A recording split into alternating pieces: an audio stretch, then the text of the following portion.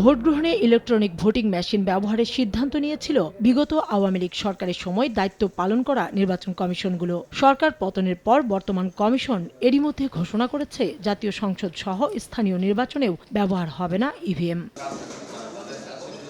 এবার বেশি দামে মানহীন ইভিএম কেনাকাটার অভিযোগ অনুসন্ধানে দুদক রোববার সকালে নির্বাচন ভবনে অভিযান চালায় ৫ সদস্যের দল।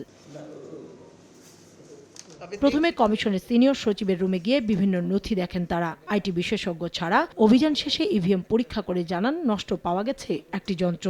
আমাদের সাথে এই মুহূর্তে কোনো আইটি এক্সপার্ট নেই, যদি প্রয়োজন হয় আমরা পরবর্তীতে ব্যবহার করব। ইভিএম মেশিনগুলোর মধ্যে আমরা কিছু র্যান্ডমলি যাচাই করি, তন্মধ্যে 3টি মেশিনের মধ্যে আমরা একটি মেশিন ত্রুটিপূর্ণ পেয়েছি।